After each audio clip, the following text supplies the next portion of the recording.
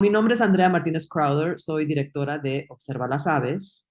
Y Observa las Aves trata acerca de una mujer, una escritora que al ser diagnosticada con Alzheimer, decide documentar ese proceso de desaparición y hacer una película. Pero no quiere que esta película sea una película que únicamente se suma en la tristeza y en la pérdida y en el dolor, sino que a final de cuentas lo que busca es una película que celebre la vida con todo y su dolor y sus pérdidas y sus tristezas.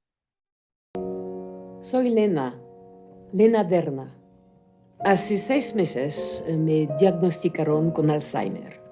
Mi cerebro se encoge. No soy cineasta, pero he decidido a grabar esta película. Wow. I'm so proud of myself. Look at my radish. Yo en general siento que la forma siempre debe de seguir el contenido, o sea, el fondo. No tomar una decisión simplemente porque se me antoja o no, qué padre sería, sino porque la historia misma pide ser contada de cierta manera. Y esta historia pidió ser contada como si fuera un documental. Y eso tiene su raíz en cómo surgió el proyecto. El proyecto surge en un momento de mi vida cuando mi mamá tenía Alzheimer y yo estaba viviendo ese proceso muy de cerca. Entonces, además de vivir el dolor de esa pérdida, de ver cómo mi madre iba desapareciendo, al mismo tiempo estaba yo sufriendo por un terror así, o sea, un miedo terrible de que me fuera a dar lo mismo. Y este miedo fue tan grande que llegó incluso a afectarme. Y yo creo que, o sea, fue muy poco sano ese dolor.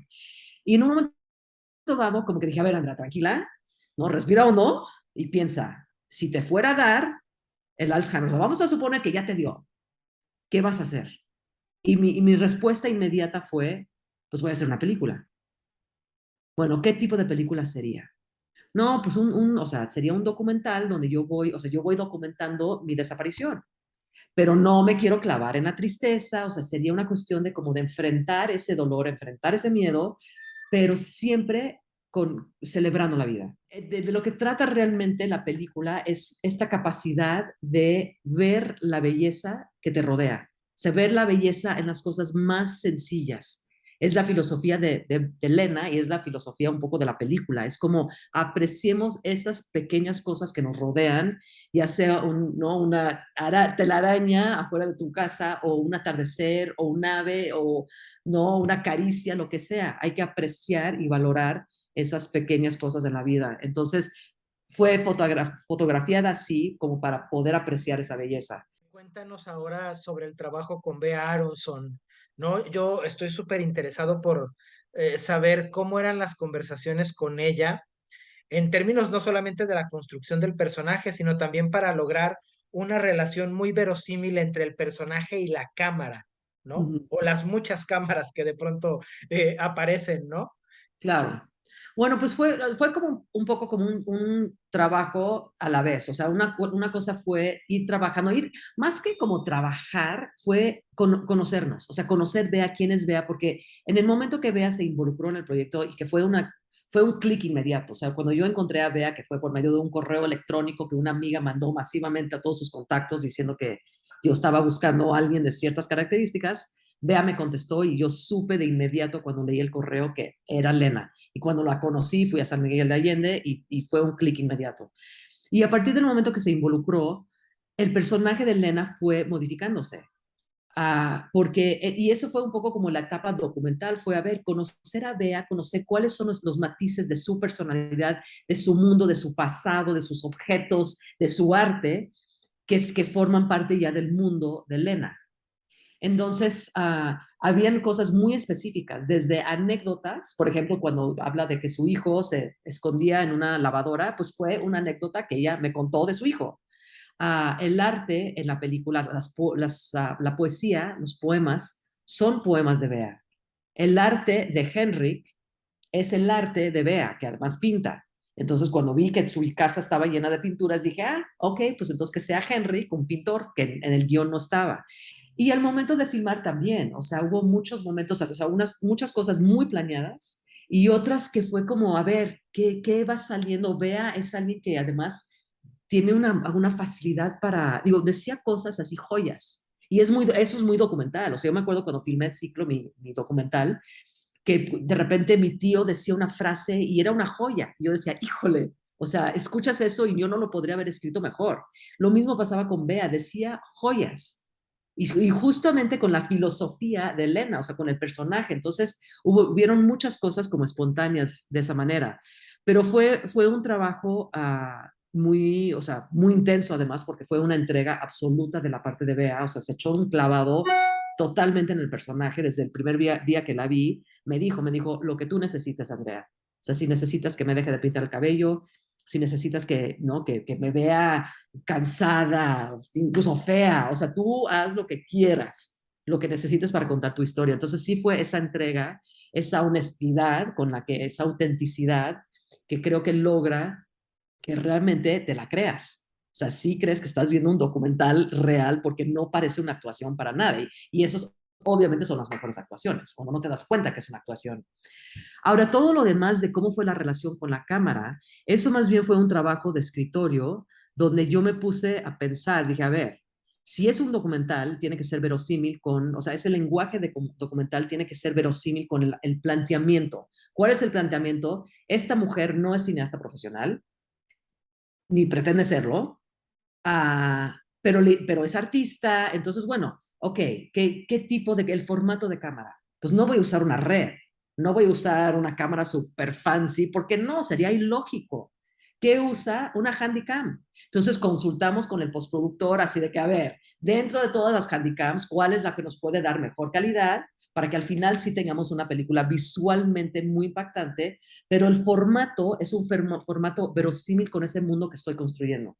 Entonces, el formato de la cámara, dónde pone la cámara, cómo maneja la cámara, ¿no? ¿Cuáles son los encuadres que busca? ¿Cuáles son los errores que comete ella? Porque no es profesional. Entonces, todos los errores de filmación son errores construidos adrede. Entonces, todo, o sea, fue un proceso como mucho de escritorio y luego también como de ir viendo un poco, como reaccionando al momento, a ver, ¿no? ¿Qué más, cómo se puede, cómo podemos reaccionar al momento y captar el momento, que también es muy del mundo documental? Eh, la siguiente pregunta que tengo para ti, Andrea, no sé si va a ser una pregunta un tanto rara, pero eh, Échatela. ¿tenías una visión diferenciada de ti misma como directora y como personaje de la peli? Porque claro, estamos viendo la película y me pongo a pensar como espectador, ¿no? Estamos viendo la película y a mitad de la película, Lena levanta el teléfono y le llama a una tal, ¿no? Andrea Martínez Krauter, que de repente entra a la ficción. ¿Te entendías a ti misma como dos entidades o cómo funcionaba eso? Híjoles, sí fue un poco esquizofrénico, ¿no? No, o sea, la verdad es que es una muy buena pregunta porque me costó trabajo. Sí, sí, o sea, porque además no soy actriz profesional. Entonces, esa cosa de que estoy actuando o es mi vida real, importa si es mi vida real, como, o sea, sí, fue muy raro. Y además como, o sea, también es raro tener ese doble papel de directora actriz, ¿no? Porque estás haciendo como las dos cosas. Pero en general, o sea, te diré que, o sea, no sé si sabes, pero la película que filmé después de Observar las Aves se llama Tare, la filmé el año pasado con Tenoch Huerta, y en esa película salgo de protagonista, que fue como un salto que di sin querer, o sea, no fue algo que me propuse, no quería ser actriz, no fue algo que yo busqué, pero fue igualmente, es una historia muy personal, algo que a mí me pasó, que desde que escribí el guión sabía que lo tenía que actuar. Y ahí sí fue mucho más, o sea, ahí sí me conflictuaba mucho más. O sea, este desdoblamiento, esta como esquizofrenia. En Observar las Aves como que fue un poquito más fácil porque, para empezar, mucha de mi presencia es detrás de cámara. Y es donde me siento más cómoda. Entonces, mi manera de reaccionar detrás de cámara como que me salía muy natural porque es como reacciono normalmente. Sí me costó mucho más trabajo pasar del otro lado de la cámara. Y sí, te contaré que el primer día de rodaje tratamos de filmar la película en secuencia, en cronológica. también para facilitarlo a Bea, porque Bea tampoco es una actriz profesional. Ha hecho cositas en teatro, pero no es una actriz que, o sea, alguien que se dedica a la actuación. Entonces iba a ser mucho más fácil para ella entrar en el personaje y entrar en el mood y entrar en el proceso del deterioro. Y también por cuestiones de maquillaje, por todas razones, nos facilitaba la vida hacerlo secuencial. Pero había una escena en la que yo salía, que la tuvimos que filmar uno de los primeros días, y fue horrible. O sea, fue horrible, yo sufrí muchísimo, no me la creí. O sea, sí dije, no, no me la estoy creyendo y no sabía cómo cambiarlo y no tenía yo una directora que me dijera qué hacer, ¿no? Entonces fue horrible. Pero bueno, a final de cuentas esa escena la pude cortar de una manera que no se nota y al final de cuentas creo que ya después de eso ya pude entrar más, como que fue nada más fue como ese pánico inicial y ya después no me costó tanto trabajo entrar en ese personaje, pero de repente, de plano sí es muy extraño, es fue un reto para mí y fue importante porque además desde que concebí la historia no me quedaba, o sea, me quedaba muy claro que lo tenía que hacer, fue una necesidad mía. Entonces, fue el reto que me puse y no, no tenía duda de que lo podía hacer, pero de repente sí fue difícil y sobre todo en unos momentos, digo, en unos momentos somos uno y, o sea, la misma, somos la misma directora y la misma el personaje de Andrea, porque en un momento dado, pues sobre todo con las escenas como muy cargadas de emoción, donde yo estoy hablando de mi mamá, pues a final de cuentas sí era yo, Andrea, hablando de mi mamá. Entonces es una actuación, es la realidad, pues quién sabe, pero es parte de la historia.